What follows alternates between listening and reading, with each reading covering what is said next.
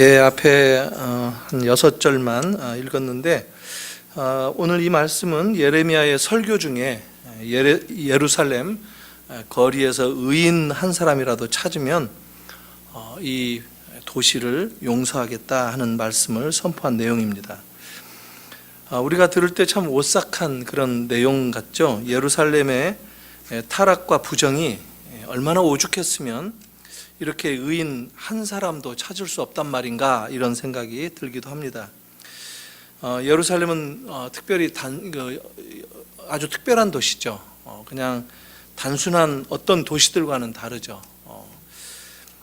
정치나 경제나 또 종교, 특별히 오늘날도 마찬가지인데 문화나 이 여러 상업의 중심지이기도 합니다. 그런데 그 도시가 아주 부패하여서 참 주님께서 그만두지 않겠다, 가만두지 않겠다, 이렇게 말씀을 하십니다. 그야말로 그런 그 하나님의 도성이라고 알려졌던 그 예루살렘이 용서받을 수 없는 아주 도덕적이고 종교적인 타락한 도시가 되었다 하는 것을 우리가 보게 됩니다. 특별히 이 동사 1절에 나와 있는 이 동사를 보면 그 긴급성, 또 아주 명백성이 더 드러납니다. 빨리 찾아다니라, 찾아보고 알라, 찾으면, 이런 동사들을 보니까 다 명령형으로 주어졌습니다. 그런데 예루살렘에 의인 한 사람이 없다는 것은 좀 역설적인 표현 같습니다. 언약 백성들 가운데 의로운 자가 없다 하는 이런 주제는 구약에 흔하게 등장하는 반복적인 그런 슬로건과 같은 그 지적이기도 하죠. 이사야 59장 16절이라든가 에스겔 22장 30절도 마찬가지로 의로운 자가 하나도 없다 하는 얘기를 지적을 하고 있죠. 아주 충격적이죠. 교회에 왔는데 예수를 진심으로 믿는 자가 한 사람도 없는 교회라고 한다면 어떻게 하겠습니까? 굉장히 아주 썸뜩한 그런 지적인데, 그런데 사실 이런 표현은 역사적인 그런 서술이라기보다는 이게 이 시적인 언어이기 때문에 좀 상징적으로 우리가 들을 필요가 있습니다. 그러니까 산문으로 쓰여진 게 아니라 시 언어다라는 것이죠. 죄로 가득한 유다에 대해서 아주 회화적인 표현을 한 것입니다. 그러니까 좀 과장법적인 묘사가 이 시적으로 담겨졌다 하는 겁니다. 왜냐하면 당시 예루살렘에는 신실한 자들도 있었거든요. 누구냐면은 요시야 왕, 이 예루살렘이 요시야 왕 때 같이 예언자로 활동했던 그 예언자였으니까, 그리고 또 요시야 왕과 그의 그 자문관들, 또 예레미야도 예루살렘에 있었고, 또 예레미야의 서기관이었던 바룩이라는 사람도 있었죠. 이 바룩이라는 사람은 심지어 우리 성경에는 빠져 있지만 공동 번역되어 있는 이 로마 천주교에서 사용하고 있는 성경 보면은 위경도 몇 권을 집어넣어놨는데 이 바룩서라고 해가지고 바룩이 쓴 책도 들어와 있기도 합니다. 이들은 나름대로 하나님께서 남은 자처럼 남겨두셨던 그런 사람들이죠. 의인이다라고 할 만하죠. 그러니까 하나님이 찾으시는 그 도덕적으로, 그리고 하나님을 기다리는, 하나님을 마음에 품는 그런 사람들, 성경적으로 얘기하면 의인은 하나도 없지만, 그러나 하나님이 기다리시는 이런 사람들 축에는 들어있는 이 남은 자라고 할 수 있겠죠. 이들이 바로 어떤 사람들이냐면 정의를 행하고 진리를 구하는 자다. 다른 말로 말하면 이런 그 맥락에서의 지칭하는 사람, 렘넌트라고 그러죠. 남은 자들. 이 구약의 남은 자 사상들이 계속 남아있죠. 특히 이사야라든가 예레미야라든가 아모스에 두드러진 그런 남은 자, 이게 있는데, 이 신실한 남은 자라는 개념들이 보통 세 가지 맥락에서 사용되는 말입니다. 그러니까 포로 생활 속에서 생존한 사람들, 다시 돌아오는 사람들, 그리고 또 야훼께서 계속해서 신실한 삶을 산 사람들을 또 남은 자다라고 지칭하기도 하고, 또 다른 말로 말하면 마지막 때, 종말의 때 새롭게 변화되는 새 창조에 참여할 사람들, 이런 맥락에서 남은 자라고 얘기를 합니다. 그러니까 포로로 잡혀가는 그 문맥에서 하나님은 남은 자 가운데 오직 일부만 이 유다 땅으로 다시 돌아오도록 선택하실 것이다, 이런 말씀을 하셨는데, 누구냐? 바로 신실한 열심을 가진 사람이다, 이렇게 그 구약에서는 남은 자를 지칭을 합니다. 이미 지난주에 살펴봤던 4장에서도 말씀을 드렸던 내용인데, 4장에서도 두드러지게 나오는 말씀이죠. 그 1절에 나오고 있죠. 1절 하반부에 진실과 정의와 공의로 여호와의 살아계심을 두고 맹세하라, 이렇게 그 예레미야가 선포했죠. 근데 오늘도 같은 말입니다. 어떤 사람을 찾아오느냐면, 만약에 정의를 행하며 진리를 구하는 자, 이 함께 쓰여지는 용어 가운데 단어가 지금 하나가 빠져 있는데 같이 쓰기도 하고 빠지기도 하고, 근데 지금 같은 그 진리라는 말은 4장에서도 나오고 5장에서도 나오죠. 반복되는 말이죠. 진리. 그리고 또 보통 공의와 정의, 이 얘기를 하는데 지금 정의만 나오고 있습니다. 공의는 빠졌죠. 근데 같은 그런 그 내용을 반복하는 그런 것이다라고 할 수 있죠. 그러니까 4장과 5장이 같은 그 맥락의 내용이다라는 것이죠. 하나님은 이 진리 가운데에서 공의와 정의를 행하도록 하기 위해서 우리를 부르셨다. 지난 주에 그 말씀드렸죠. 이 아브라함을 부르신 목적이 바로 의와 공도를 행하게 하기 위함이다. 주일에도 제가 잠깐 언급을 했었는데 그거예요. 그 의와 공도, 이게 번역이 심심하게 되는데 이게 곧 공의와 정의, 째다카, 그리고 미슈파트, 재판한다, 이런 말이죠. 이게 어떤 면에서 보면 구약 성경에 너무 많이 나오는 말입니다. 창세기에서부터 끝까지 말라기까지 쉬지 않고 나오는 반복되는 그 용어가 이 두 용어입니다. 공의와 정의. 우리 그리스도인들도 바로 이런 삶을 살도록 부르셨다라고 하는 겁니다. 오늘 지금 예루살렘에서 그런 사람 한 사람만 찾으면 내가 이 도시를 용서하겠다, 하나님께서 그렇게 말씀을 하신다는 거예요. 우리나라 교회에서는 이 말 잘 안 씁니다. 근데 공의와 정의를 행하라, 이런 말을 하면 굉장히 막 운동권 같아 보이고 잘 안 써요. 구약도 잘 안 봐요. 우리 한국 교회는 신약, 복음 막 이것만 하는데, 저도 복음 좋아하지만 복음적인 삶이라는 게 사실은 의와 정의로운 이런 것이다라고 하는 것을 저도 이 예레미야를 보고 또 연구하고 또 준비하면서 구약의 이 창세기에서부터 이렇게 연결되는 이 맥락을 다시 한번 충격적으로 확인을 하면서 굉장히 놀라기도 하는데, 하나님께서는 이런 삶을 진심으로 원한다라는 거예요. 제가 지난번에 말씀드렸죠. 의가 뭐냐라고 할 때 의는 관계 속에서 확인되어지는 용어다라는 거예요. 의는 제가 솔로몬 얘기했죠. 듣는 마음을 갖는 것. 다른 말로 말하면 이 의를 번역을 그 영어로 바꿔보면은 이게 sympathy라는 말이에요. sympathy, 동정. 무슨 말? 저 사람이 아픈 마음을 가지면 나도 아픈 마음을 가지고 있는 거. 이게 의롭다는 거예요. 하나님의 의가 어떻게 나타났죠? 죄인들을 사랑하셔서 스스로 죄인과 같은 그 마음을 가지시고 이 땅에 임하신, 그게 하나님의 의라는 거예요. 그러니까 하나님과 우리의 관계를 의로 확인해주는 그런 용어다라는 것이죠. 그리고 미슈파트는 재판이다, 이런 말들을 지난번에 설명을 드렸는데, 지금 예레미야 4장에서도 5장에서도 계속 반복합니다. 6장에서도 계속 이게 나오고, 이제 7장에 성전 설교로, 예루살렘 도시 설교를 했다가 이제 성전으로 포커스를 맞추면서 예레미야가 설교를 할 거거든요.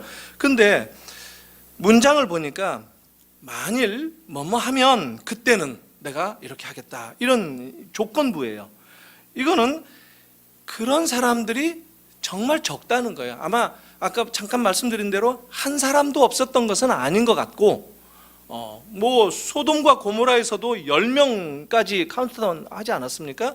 근데 여기는 뭐 한 사람이라도, 이건 굉장히 시적인 아주 강렬한 표현인데, 혹 한두 사람이 있었을지는 몰라도 이렇게 표현하는 것은 너무 적다, 그런 사람이 적다 하는 것을 강조하는 문학적인 표현이죠. 그런 사람들이 있어야 하는데 지금 말씀을 보면 그런 사람들이 없다는 것을 말하고 있다는 것이죠.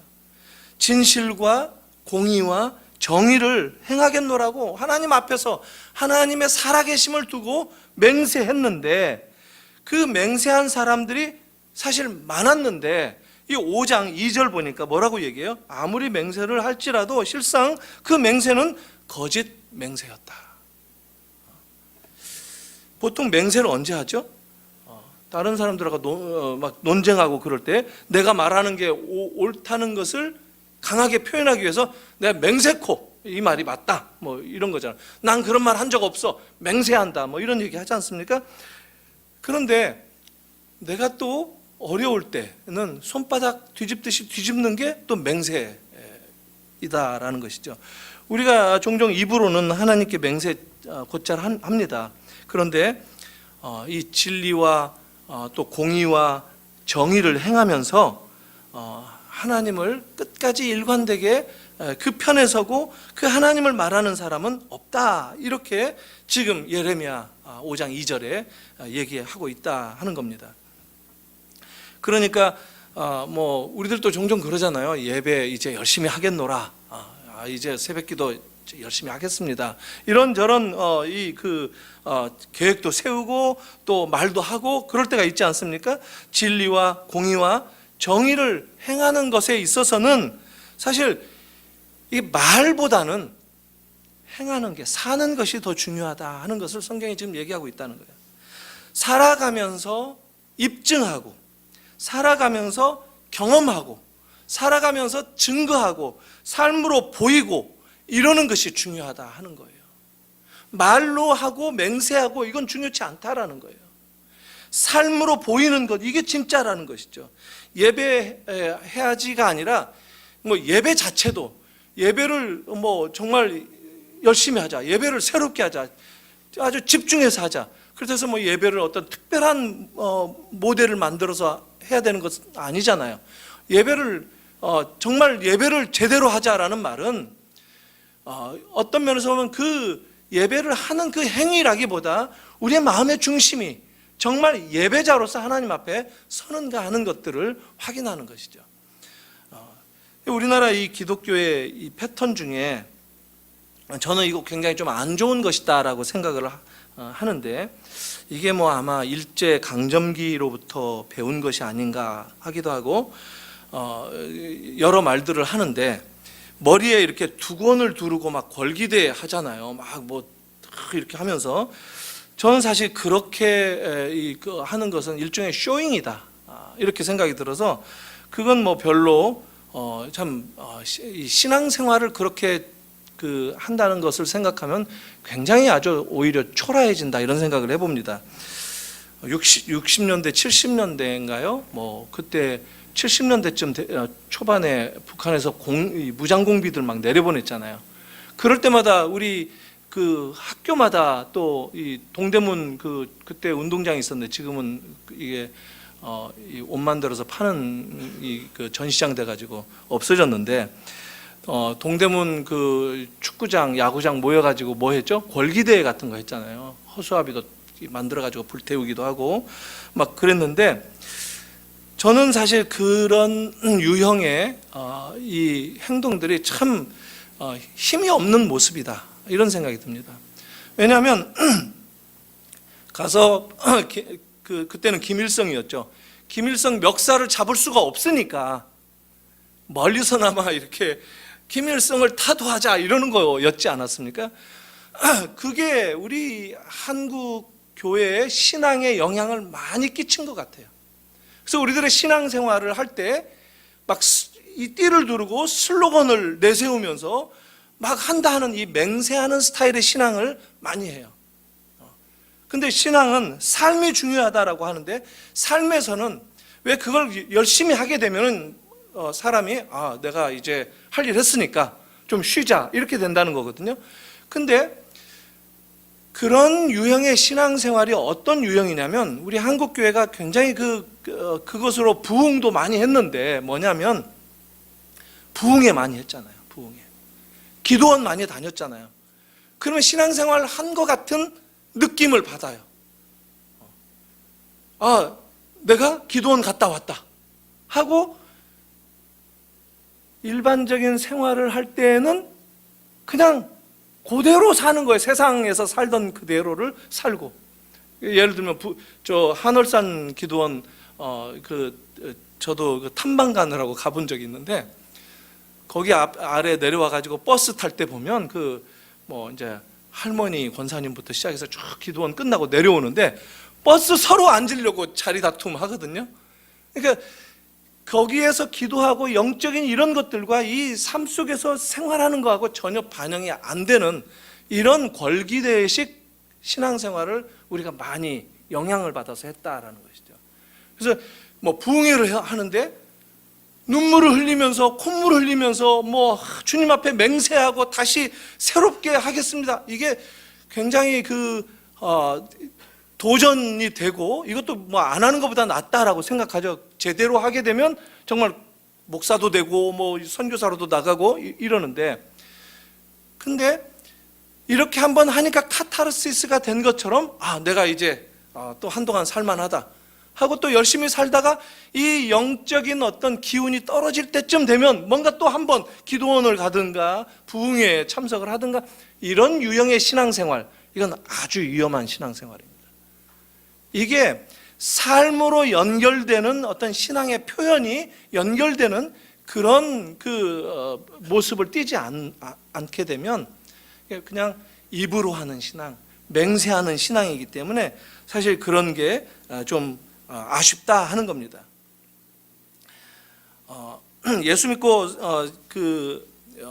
살아가는 이 신앙생활을 이렇게 걸기대하고 하는 식으로 하기보다는 좀 더 내 삶을 돌아보고 내가 삶 속에서 어떤 것을 결정하고 어떤 삶을 지키면서 살아가고, 이게 굉장히 중요하다 하는 겁니다.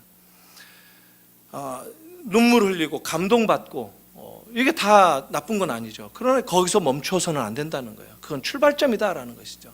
가야 할 길이 있는데 나는 울었다는 것 때문에, 내가 그런 종교적인 경험을 했다는 것 때문에, 내가 감동을 심하게 받은 것 때문에 그것을 계속 간직하고 거기에 젖어서 사는 것, 이것은 신앙생활에 아무 도움이 되지 않는다라는 겁니다. 우리는 주님과 함께 움직이는 삶을 사는 그런 존재입니다. 같이 여호와 앞에서 삶을 보이면서 살아가는 것, 이것이 중요하다라고 얘기합니다.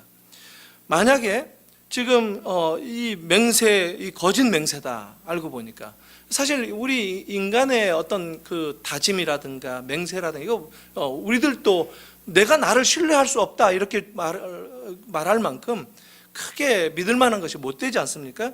우리의 결심 며칠 못 가고 이런 거 마찬가지인 것이죠. 그런데 오늘 이 말씀을 보면은 만약에 예루살렘이 그런 사람들이 나타나지 않고 또 돌이키는 사람이 없다면 어떻게 될 것인가? 그건 이제 5절부터 또 나오는 것이지만 심판이다라는 거예요. 그 결말을 예상하셔서 하나님께서 다짐을 하시는데, 심지어 내가 지도자들에게 가서 그들에게 말하리라.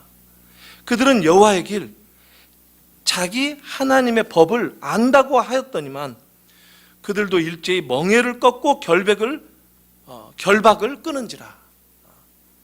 그러니까 떠나갔다는 거예요. 하나님이 속박이고 그런 신앙, 그런 종교적인 것들로부터 자유를 선언하고 자기를 의지하고 자기 길을 갔다라는 것이죠. 여호와의 길, 그리고 하나님의 법이 아니라 마이웨이를 갔다는 것이죠. 그리고 자기의 규칙을 따르고 내 소견에 옳은 대로 행하는 그런 길을 선택했다라는 겁니다. 멍에를 꺾고 결박을 풀어버렸다 이렇게 얘기합니다. 그러니까 이스라엘 백성들이 하나님을 떠나서 뭔가 스스로 해보려고 했을 때 항상 어떤 삶이었느냐, 자기를 의지하는 삶, 자기 의존적인 그런 삶, 자유방종하는 삶, 그런 삶의 귀결은 항상 망하는 것이었다 하는 것을 얘기합니다. 그 결과는 생각보다 비참하고 처참하다라는 겁니다. 오늘 6절이 그 모습을 보여주고 있죠. 수풀에서 결박을 풀어버리고 멍에를 꺾고 뛰쳐나왔는데, 숲으로 도망갔는데 그쪽 숲풀에서 또 사자가 뛰어나온다는 것이죠. 사자가. 그리고 또 뭐라고 그러죠? 사막의 이리가 그들을 멸하고, 또 표범이 얼마나 발 빠릅니까? 성읍들을 엿보면서 그리로 나오는 자마다 찢는다.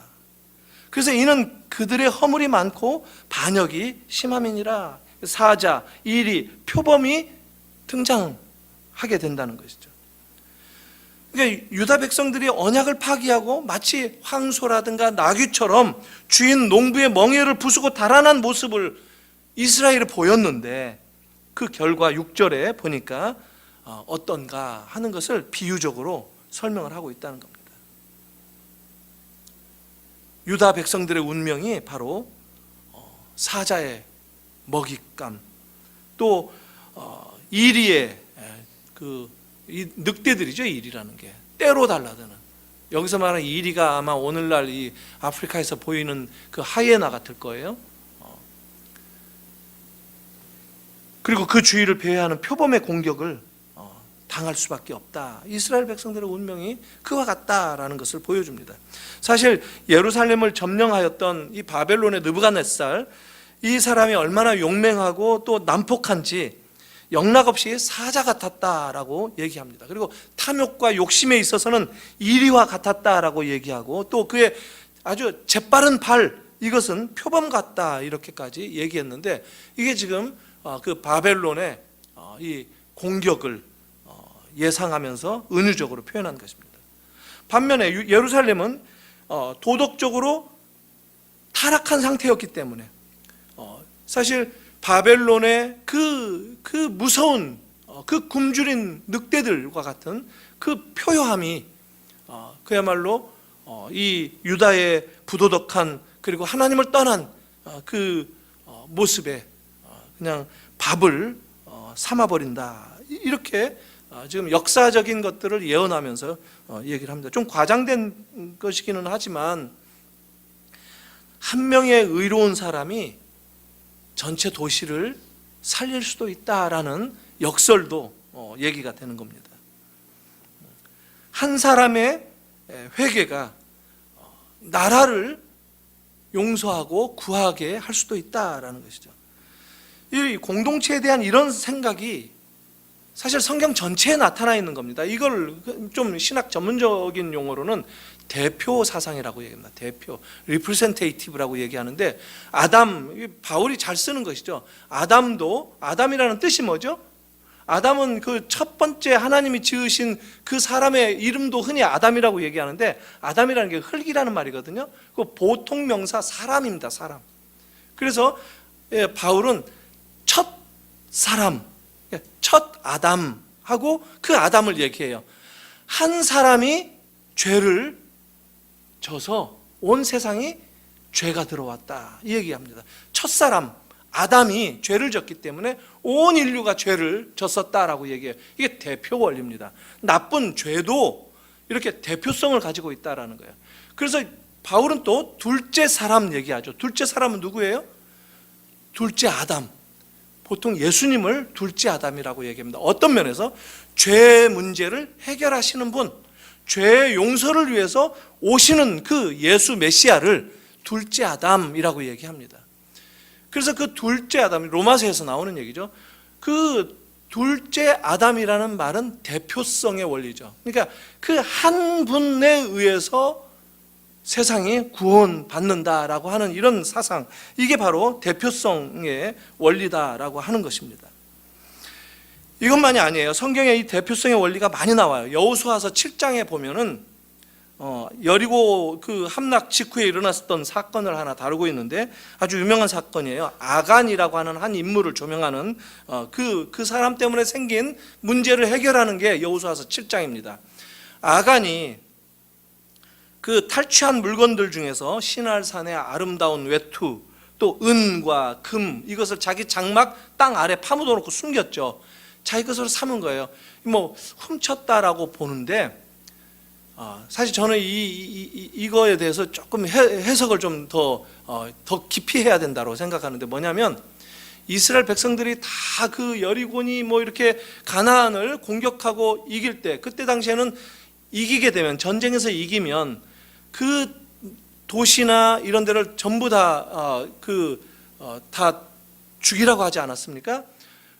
그러면서 모든 것들은 또 다 전리품으로 빼앗는데, 이 전리품을 빼앗는 것은 다 구별을 하라, 이것은 너희들이 갖지 마라라고 하나님께서 말씀을, 명령을 하셨단 말이죠.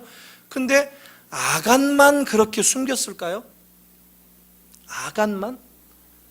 제비뽑기 해가지고 아간이 됐어요. 아간으로 이게 좁혀졌어요. 우리가 그 성경을 읽으면서 아간, 이 나쁜 놈 아간만 그랬다라고 생각하는데, 나중에 다른 성경에서, 제가 지금 이거 기억이 안 나는데, 다른 성경에서 보면 아간에 대해서, 아간이 마치 대속자의 위치에서 대표성으로 그 일을 맡았다라고 해석을 하는 성경 구절이 있습니다.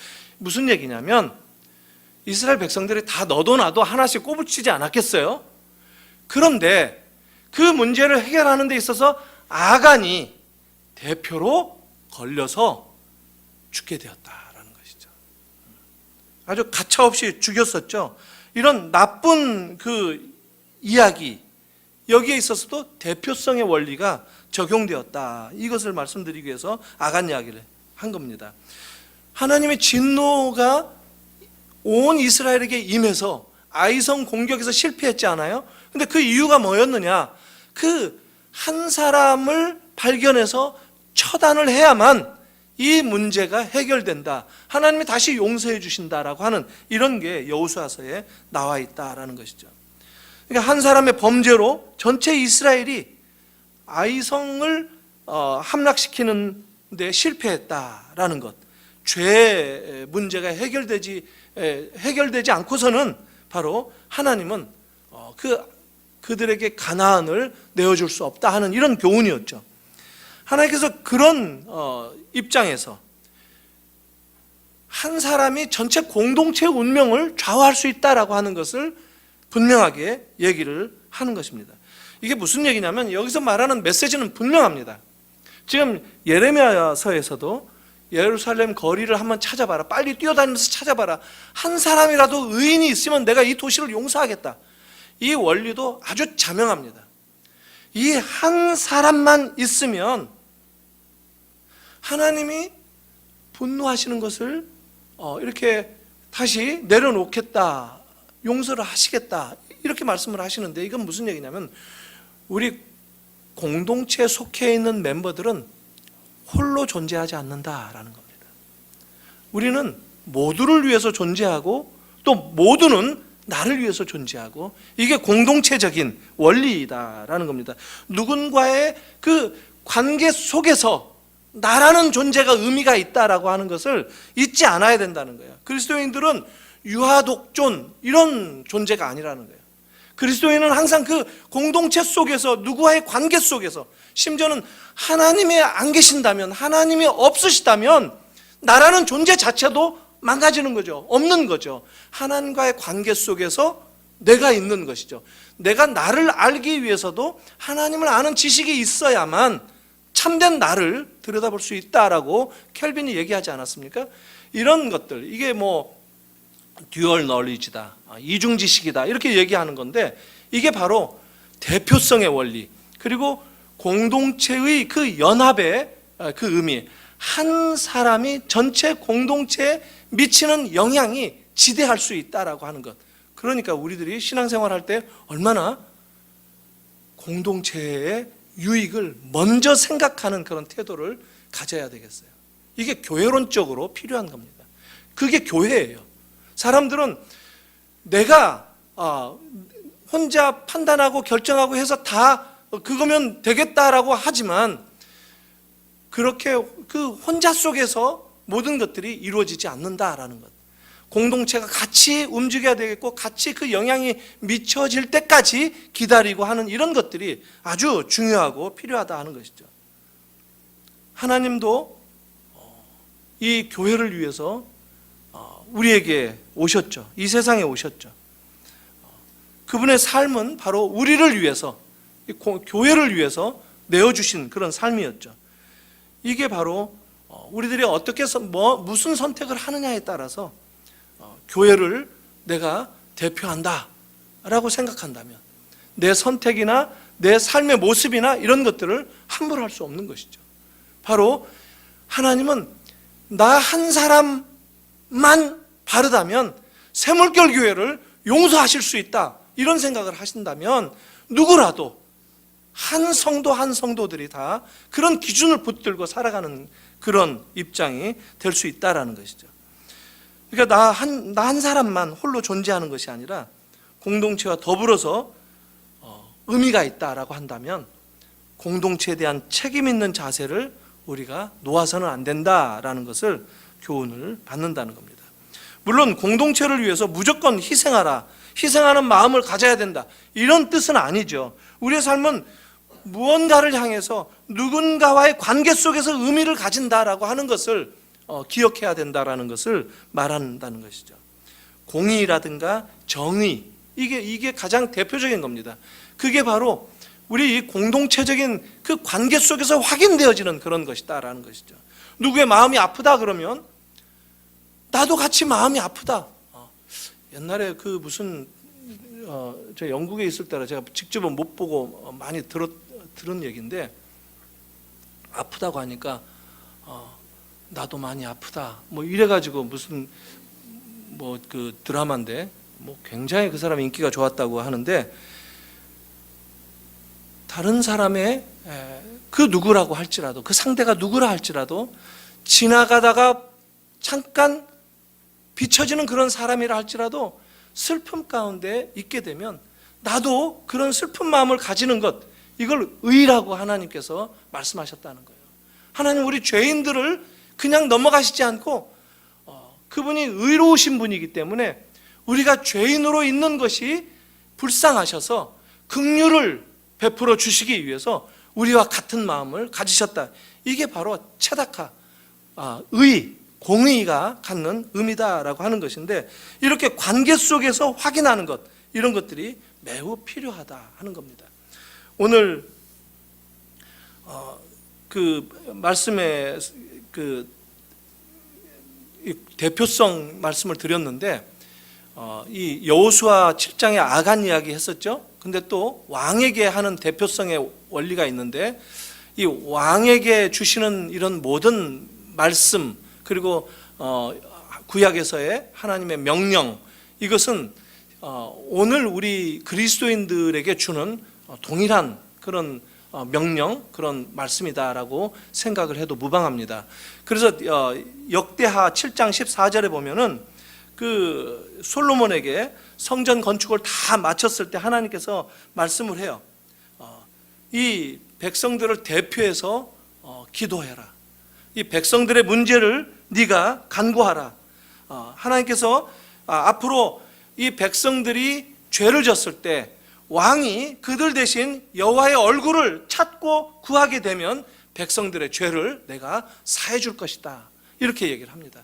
이게 바로 우리가 흔히 중보한다 하는 거죠. 우리가 기도한다라고 하는 거, 그거를 우리가 왕 같은 제사장이라고 하는 그런 그리스도의 이 신분, 우리 하나님께서 우리를 부르신 그 신분으로 그렇게 나아갈 수 있는 것을 얘기하는 것입니다. 굉장히 중요한 이 대표성의 원리이기도 하죠. 예레미야서는 바로 그 대표성의 원리를 통해서 이스라엘을 향한 하나님의 마음을, 그 사랑의 마음, 또 다른 한편으로는 사랑과 함께 그 교차되는 심판할 수밖에 없는 그런 분노의 마음을 지금 예레미야를 통해서 전달하고 있다 하는 겁니다. 어떤 면에서 보면 오늘 우리들도 이 세상을 향해서, 또 우리 이 교회를 향해서, 또 우리 가정을 향해서 나를 그렇게 하나님의 부르시고 내 삶을 통해서 그렇게 쓰임받기를 원하신다라고 하는 것을 이 예레미야의 말씀 선포를 통해서 우리가 배울 필요가 있습니다. 우리 모두가 다 대표입니다. 나로 인해서 공동체의 유익을, 그리고 공동체의 생명을 가져올 수 있고, 또 공동체가 부끄러움 가운데, 죄 가운데 놓여 있다 할지라도 하나님의 용서를 가져올 수 있는 그런 존재로 주님 앞에 부름받고 있다는 사실을 기억하고 여러분들의 삶의 자리에서 이 행동으로 이 그 실제적인 그런 그 어떤 활동하는 삶의 내용으로 모습을 통해서 이 꿋꿋한 하나님의 자녀된 진실과 공의와 정의를 실행하는 그런 삶을 사는 저 여러분들이 되기를 주님의 이름으로 축원합니다. 기도하겠습니다. 하나님 아버지, 은혜를 감사합니다. 예루살렘을 향해서 참 한 사람의 의인이라도 찾는다면 내가 이 도시를 용서하겠노라고, 또 이 이스라엘 내 백성이 입으로는 나에게 맹세를 많이 하지만 그것들이 삶으로 확인되기로는 거짓된 맹세일 때가 얼마나 많느냐고 이 꾸짖는 말씀을 저희들이 함께 나누었습니다. 주님, 우리들이 이제 주님의 이 말씀을 우리의 마음에 새길 뿐만 아니라 또 우리의 입술로 고백하며 또 지키겠노라고 다짐할 뿐만 아니라 우리의 실생활 속에서 또 우리의 가족들과의 관계 속에서 교회 성도들과의 관계 속에서 아니 하나님과의 나와의 그 아무도 모르지만 주님이 기억하시는 그 나와의 관계 속에서 삶으로 보이며 실천하며 살아가겠노라고 다시 한번 이 말씀을 붙들고 생활하기를 간구하오니 주님, 저희와 함께 해주셔서 저희의 연약함을 주님께서 불쌍히 여겨주셔서 우리가 홀로 이 멍에를 풀르고 또 이렇게 뛰쳐나가는 것이 아니라 주님의 법, 또 주님의 그 우리를 동행하시는 그 삶의 길을 저희들이 주님의 발걸음 맞춰서 동행하는 그런 복된 삶을 살 수 있도록 은혜를 더하여 주시옵소서. 이 밤도 또 이 공동체의 이 대표와 같은 그런 심정을 저희들이 각자 가지기를 원합니다. 주님이 우리 마음 가운데 이 왕 같은 제사장으로 부름받은 주의 자녀들마다 내가 우리 가정을 대표한다, 내가 우리 교회를 대표한다, 내가 한국교회 성도들을 대표한다는 그런 마음을 가지고 주님 앞에서 판단하고 또 결정하고 선택하는 그런 삶의 내용들을 통하여서 주님 앞에 진실과 또 공의와 정의를 세워가는 삶을 살 수 있도록 주님 저희들과 함께하여 주시옵소서. 예수님의 이름으로 기도하옵나이다. 아멘.